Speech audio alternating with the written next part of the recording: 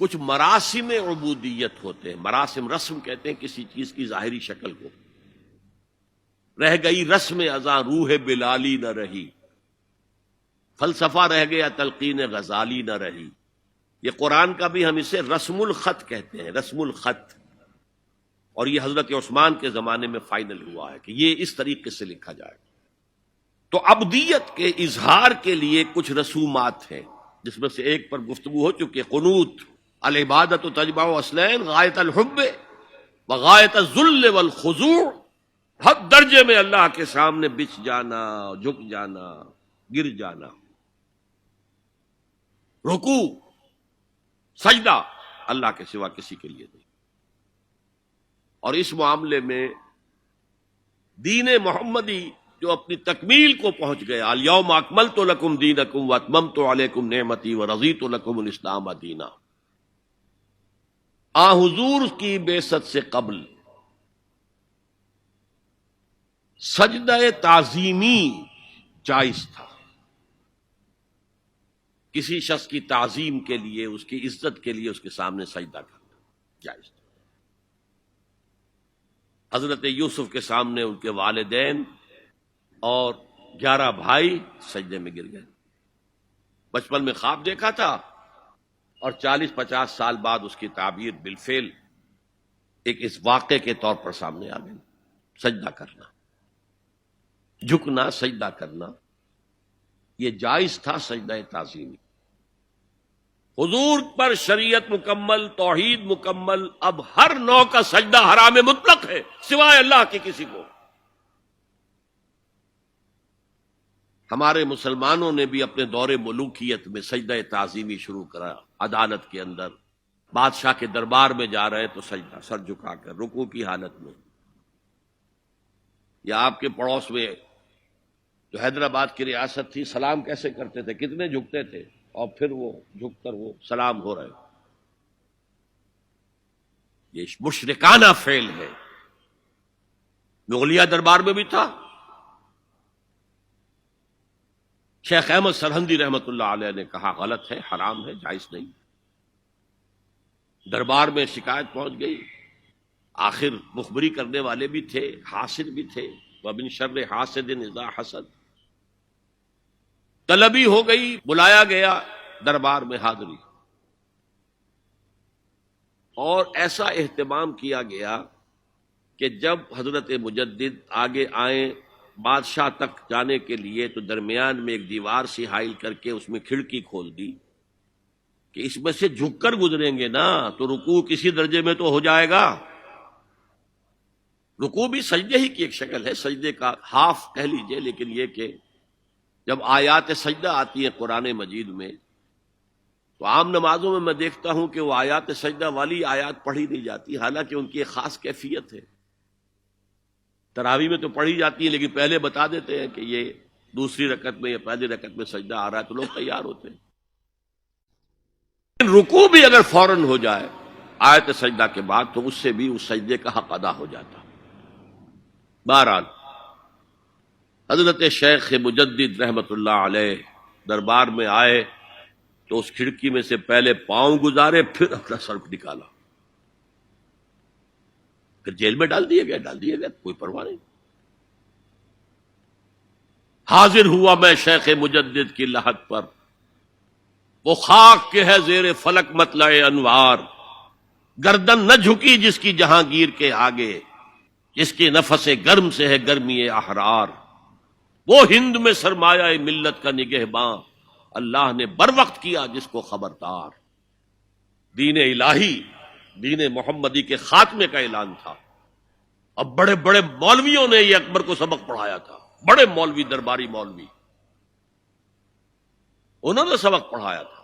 اللہ کا ایک دن 1000 برس کا ہوتا ہے اور اللہ کا ہر معاملہ 1000 سال تک ہوتا ہے.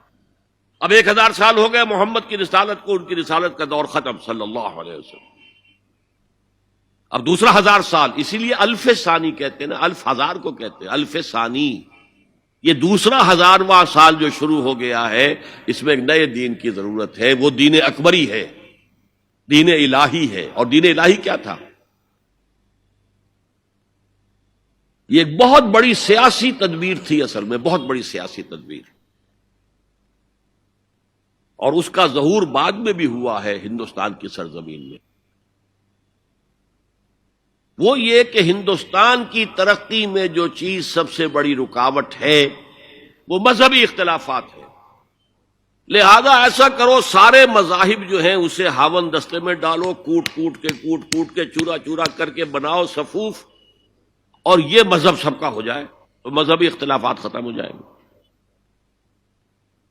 دوسری بات ان کی سمجھ میں یہ آ گئی کہ اصل میں اختلاف رسالت اور شریعت کی بنیاد پر ہوتے ہیں،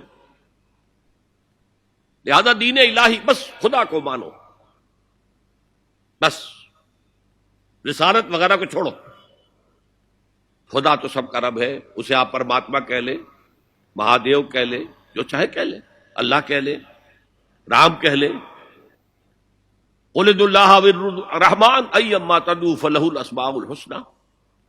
قرآن کہتا ہے تم اللہ کہہ کر پکار لو یا رحمان کہہ کر پکار لو، جس کو بھی تم پکار رہے ہو یہ جان لو کہ تمام اچھے نام اسی کے ہیں۔ یہ فلسفہ تھا بہت گہرا، وہ جاہل تھا، ان پڑھ تھا، لیکن بہت بڑا سیاستدان تھا، اکبر، اس میں کوئی شک نہیں۔ لیکن یہ کہ اگر ایک حکومت، اور جو سب سے بڑا مغل اعظم جس کو کہتے ہیں، اس کے زمانے میں مسلمانان ہند جو ہیں سیاسی اعتبار سے اپنے عروج پر تھے، لیکن دینی اعتبار سے پاتال کا معاملہ آ گیا تھا کہ دین محمدی ختم، 1000 سال کا ایک دن ہے اور وہ ختم ہو چکا۔ اللہ نے اٹھایا مجدد الفسانی رحمت اللہ علیہ، اور ان کی درویشانہ مساعی کے ذریعے سے، اب دیکھیے اس زمانے میں تصوف کے ذریعے سے سب سے بڑا شرک آ رہا تھا، وحدت الوجود کی ایسی تعبیرات ہو رہی تھی جو ہماوست بن گئی تھی۔ ہماوست اور وحدت الوجود کے درمیان تو زمین آسمان کا فرق ہے۔ ہماوست میں کائنات حقیقی ہے، خدا اس میں حل ہو چکا ہے، اس کے اندر ظاہر ہو گیا، اور وحدت الوجود میں وجود حقیقی صرف اللہ کا، اس کائنات کا وجود کوئی ہے ہی نہیں حقیقت میں، لیکن یہ ختم ہو رہا تھا۔ اس پہلو سے مجدد الفسانی کے مجدد اعظم کو اللہ نے کھڑا کیا، شیخ احمد، حضرت عمر کی اولاد سے تھے، فاروقی تھے، شاہ ولی اللہ بھی فاروقی تھے، لگے فاروقیم کہتے ہیں شیخ احمد صلی اللہ علیہ وسلم، میری فاروقی رگ پھڑکتی ہے اس پر۔ اس کے نتیجے میں وہ دین الہی کا خاتمہ ہوا۔ بعد میں ہمارے ہاں یہ آیا ہے ہندوستان میں برہمو سماج، برہمو سماج، اور گاندھی جی بھی اسی فلسفے کے قائل تھے، وحدت ادیان کی، اور یہ سیاسی اعتبار سے بہت اونچی ذہنی سطح کی غمازی کرنے والی بات ہے کہ ہندوستان کے اندر کے یہ مذہبی اختلافات کو اگر ہم کسی طرح کھرل کر کے ختم کر دیں، ہاون دستہ میں ڈال کے کر دیں، تو پھر یہ کہ یہاں ترقی ہی ترقی ہے۔